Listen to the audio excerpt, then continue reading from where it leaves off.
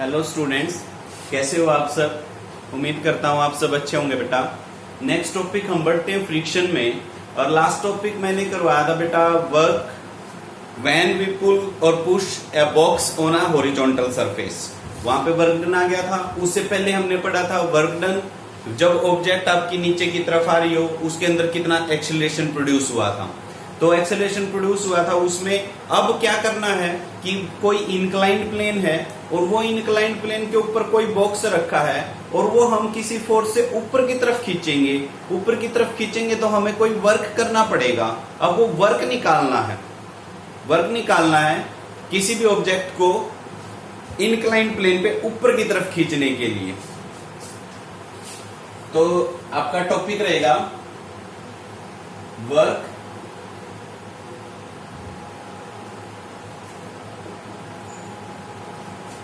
to pull an object on an inclined plane upward का means भाई ऊपर की तरफ खींचने के लिए। तो देखो भाई ऊपर की तरफ कैसे, मैं एक फिगर से आपको समझाता हूं। मान लो ये अपने पास कोई इंक्लाइंड प्लेन है and it make angle theta with the horizontal plane. Make angle theta with the horizontal plane and here is a box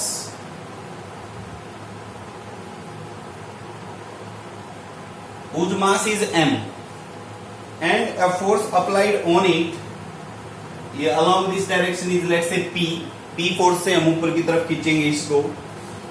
so friction किस तरफ लगेगा भाई, अगर हम P फोर्स से ऊपर की तरफ खींचेंगे तो फ्रिक्शन आपका नीचे की तरफ आएगा। फ्रिक्शन फोर्स आपका इस तरफ, mg आपका वर्टिकली डाउनवर्ड, r आपका ऊपर की तरफ। इस mg के दो कंपोनेंट लेंगे तो एक कंपोनेंट तो इस तरफ चला गया और एक कंपोनेंट इधर जाएगा। भाई इधर वाला कौन सा कंपोनेंट हो गया, mg cos थीटा, और इधर वाला कौन सा हो गया, mg sin थीटा। ये बेटा आपने पहले वाले फिगर से भी समझे होंगे और आप यहाँ पे भी समझ सकते हो क्योंकि ये एंगल भी थीटा ही होगा।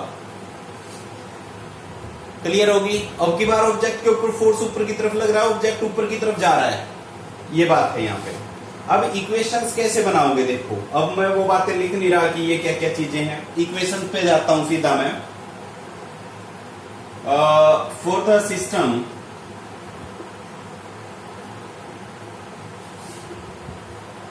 we can write,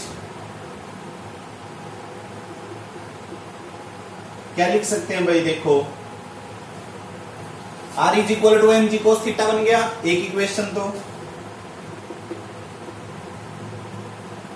r is equal to mg cos theta, that's your first equation. अब बात सुनो, ध्यान से सुनो। F फोर्स तो ये नीचे की तरफ आ रहा है और P उस तरफ जा रहा है। ऑब्जेक्ट को ऊपर लेके जाने के लिए कम से कम मेरे को P फोर्स कितना लगाना पड़ेगा, इन दोनों फोर्स के सम के बराबर कम से कम कितना फोर्स लगाना पड़ेगा। यानी कि इक्वेशन बन रही है हमारे पास P is equal to mg sin theta plus F। कम से कम इतना तो लगाना पड़ेगा भाई, कम से कम उसको लेके जाने के लिए। उसे ज्यादा लगाएंगे तो वो ज्यादा एक्सेलरेशन के साथ ऊपर की तरफ मूव करेगा। तो r is equal to mg cos theta और p is equal to mg sin theta plus f। एक इक्वेशन ये बन गई। हमें क्या निकालना, हमें वर्क निकालना। वर्क किसके इक्वल होता है भाई, फोर्स इनटू डिस्प्लेसमेंट। वर्क किसके इक्वल होता है, force into displacement. We know work is equal to force into displacement, और डिस्प्लेसमेंट मान लिया कितना है s, फोर्स कितना था p, ये रहा p। तो w is equal to p की जगह पे रखिए आप mg sin theta plus f into s, और this equation can be written as w is equal to mg sin theta plus f की जगह पे क्या लिख सकते हैं, म्यू r। f क्या होता है, म्यू r into s, और r की जगह पे बेटा इक्वेशन फर्स्ट यूज कर लो। r की वैल्यू क्या है, mg cos थीटा। तो w is equal to mg sin theta plus mu mg cos theta और इनटू s। और this equation can be written as W is equal to mg आपका बाहर आ जाएगा भाई sine theta plus mu cos theta into S. ये आपका work का फॉर्मूला हो जाएगा on an incline plane when object move upward. On an incline plane when object move upward W is equal to mg into sine theta plus mu cos theta into S. Clear होगी बेटा ये बात? तो simple सा derivation था। अगर आपको पहले वाले आर्टिकल्स आते हैं तो ये वाला आर्टिकल में कोई प्रॉब्लम नहीं है।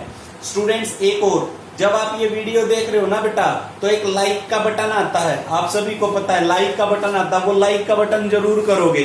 आज मैं आपकी प्रेजेंट है जो वो लाइक के बटन से देखूंगा कि किस किस ने लाइक किया और किस किस ने नहीं किया है। क्लियर होगी? तो लाइक का बटन जरूर दबाओ। किसी बच्चे ने सब्सक्राइब नहीं किया है चैनल तो वो सब्सक्राइब भी कर ले। किसी बच्चे ने सब्सक्राइब नहीं किया तो सब्सक्राइब करे ताकि वो जो नई अपडेटिंग वीडियोस हैं वो जल्दी से उसको पता चल जाए। ग्रुप की तो जरूरत भी नहीं है, जब मैं डालता हूँ आपके अपने YouTube चैनल पे तभी आपको वो पता चल जाए, उसका नोटिफिकेशन आ जाए। ठीक है, तो वो जरूर कर लें बेटा, ये दो काम जरूर कर रहे हैं। तो ये मेरे ख्याल में ये समझ में आ गया होगा। अब इसके ऊपर मैं 2 न्यूमेरिकल करवाता हूं, देखो ध्यान से।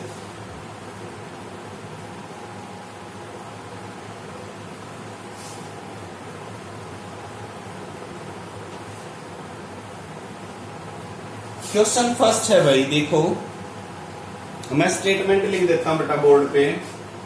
A cricket ball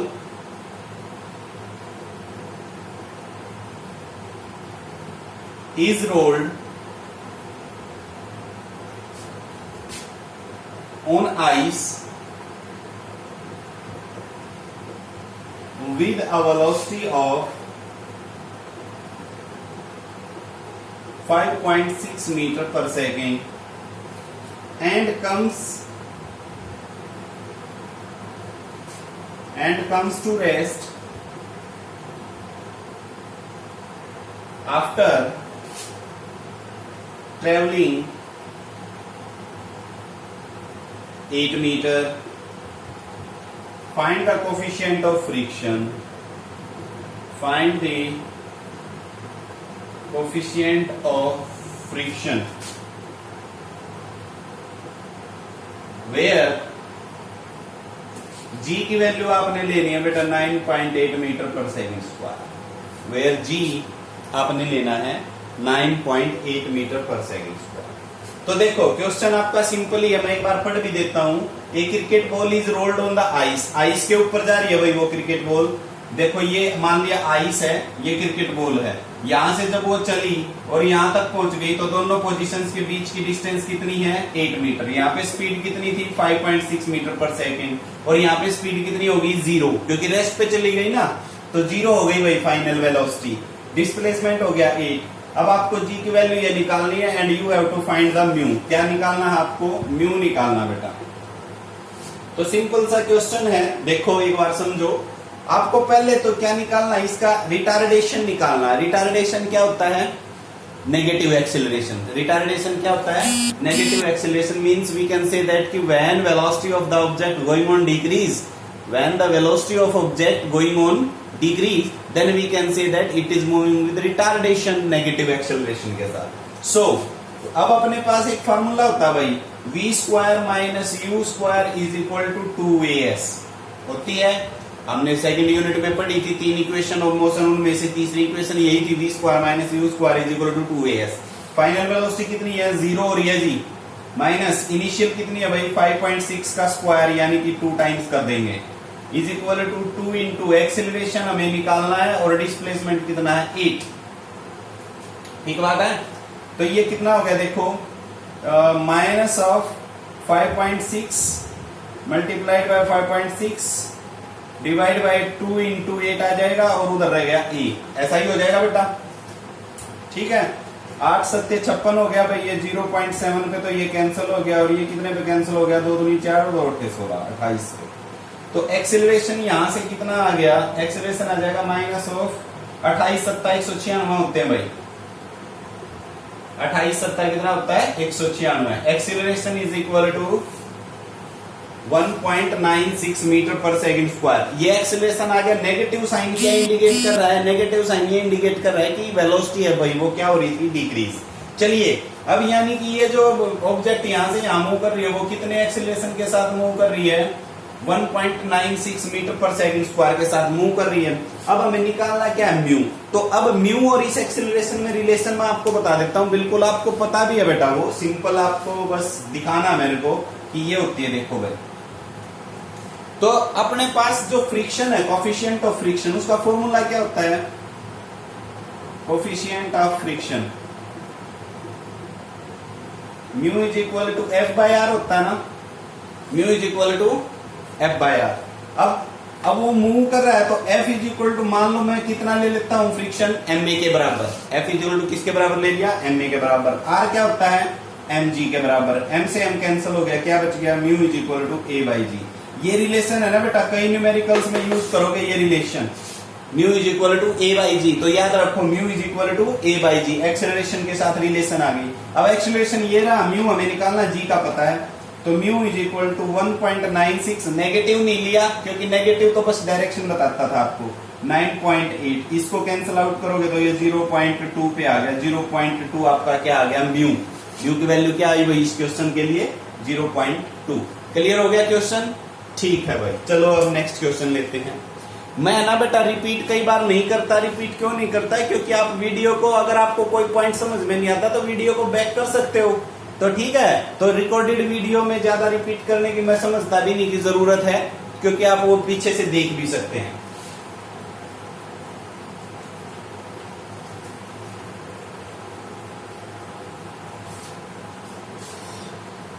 next question देखिए, calculate the power of an engine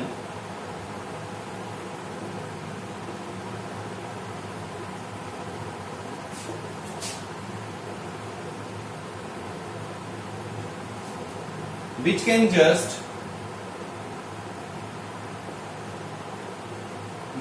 just pull a train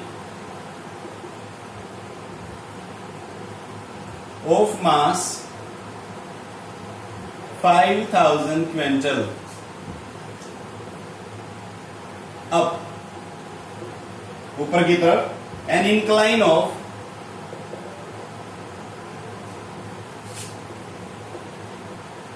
1/50 at the rate of 54 kilometre per hour. The resistance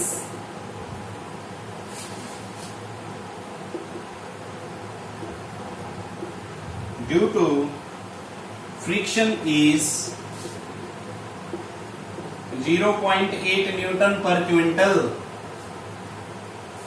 You can take G is equal to 9.8 metre per second square. G की अगर आपको जरूरत पड़े तो ये ले सकते हो भाई। चलिए देखो ये क्वेश्चन है, calculate the power of an engine which can just pull a train. एक इंजन है भाई, वो इंजन की पावर आपको निकालनी है जो कि 5000 क्विंटल को खींच रहा है ऊपर की तरफ, कितने इंक्लाइन पे, 1/50 पे। 1/50 ये नई चीज मिल गई भाई अब आपको। जब आपको किसी क्वेश्चन में 1/50, 1/30, 1/20 दे रखा हो तो आप सीधा समझ जाओ ये साइन थीटा की वैल्यू है 1/50, सीधा, बस कुछ और प्रॉब्लम है ही नहीं। 1/50 यानी कि साइन थीटा डायरेक्टली है, हमें क्या यूज करना है, 1/50 यूज करना है। At the rate of 54 kilometre पर सेकंड वेलोसिटी दे दी और हमें पावर निकालनी है। तो चलिए बेसिक से चलते हैं हम। 11th क्लास में आपने, छोटी क्लासों में 9th में पढ़ा होगा बेटा, पावर इज इक्वल टू क्या होता है, force into velocity. Power is equal to क्या होता है, फोर्स इंटू वेलोसिटी। मैं बता भी देता हूं, कई बच्चों को समझ में नहीं आया, sir power is equal to force into velocity कैसे आ गया। सुन लो, वर्क इज इक्वल टू क्या होता है, force into displacement. Work is equal to क्या होता है, फोर्स इंटू डिस्प्लेसमेंट। दोनों तरफ बेटा टाइम से डिवाइड कर दो, डिस्प्लेसमेंट बाय टाइम क्या होगी, वेलोसिटी, और वर्क बाय टाइम क्या हो जाती है, पावर। तो पावर इज इक्वल टू क्या था, फोर्स इंटू वेलोसिटी। ये यहां से आ गया। अगर आपको पूछा जाए कि कहां से आया ये, तो यहां से आ गया G, work is equal to force into displacement से। चलिए अब पावर का फॉर्मूला अपने पास आ गया, F इंटू वी। पावर किसके इक्वल हो गया, F इंटू वी। अब F का क्या लगाएंगे फॉर्मूला, इंक्लाइंड प्लेन पे जब वो ऊपर की तरफ चढ़ रहा था तो force P is equal to क्या लिखा था हमने, mg sin theta plus f। Derivation देखना, mg sin theta plus f और इनटू v। अभी जो डेरिवेशन इस वीडियो में किया था बेटा हमने स्टार्ट, उसमें यही था ना कि जब ऊपर की तरफ जा रही हो तो कम से कम इतना फोर्स तो लगाना पड़ेगा, mg sin theta plus f। चलिए पावर हमें निकालनी है, सीधा मास यूज करो। मास कितना भाई, 5000 क्विंटल। इधर आ जाओ, 5000 क्विंटल को किलोग्राम में बना दो। क्विंटल में कितने किलोग्राम होते हैं भाई, एक क्विंटल में 100, यानी कि 3 और 2 5, यानी कि 5 गुना 10 की पावर 5 लिख दो मास की जगह पे। 5 इंटू 10 टू पावर 5 किलोग्राम बन गई। जी की वैल्यू क्या रखनी है, 9.8 into sine theta, sine theta की जगह पे क्या रखना है, 1/50 प्लस फ्रिक्शन फोर्स दे रखा है। फ्रिक्शन फोर्स ये रहा भाई 0.8 न्यूटन पर क्विंटल, और क्विंटल कितने हैं 5000। तो फोर्स निकालोगे तो क्या बन गया, देखो 0.8 गुना में 5000 क्विंटल कर दोगे। एक क्विंटल पे 0.8 लग रहा है तो 5000 पे कितना लगा, मल्टीप्लाई कर दी बटे 10 कर दो भाई इसका, यहां से कैंसिल आउट 40, 4000 आ जाएगा। एफ की वैल्यू क्या आ गई 4000 इंटू वेलोसिटी, वेलोसिटी भी गिवन थी, ये रही 54 किलोमीटर पर आवर है ना, इसको मीटर पर सेकंड में कन्वर्ट कर लो। 54 को मीटर में करोगे तो क्या बताया था हमने, पहली यूनिट में बताया था 5/18 से डिवाइड करो, मल्टीप्लाई करो। 5/18 से मल्टीप्लाई करो, 18 तिया 54 होते हैं भाई, 5 तिया 15 मीटर पर सेकंड इसकी वेलोसिटी आ गई। सोल्व कर लो अब इसको सोल्व करना अब आपका काम है। इसको यहां से डेसिमल हटा लो बेटा, 10 कर लो, 5 से ये कैंसिल हो गया, 10 पे 10 10 100 हो गया, 100 से यहां से 3 जीरो कैंसिल, 2 जीरो कैंसिल होगी तो 98,000 हो गया ये,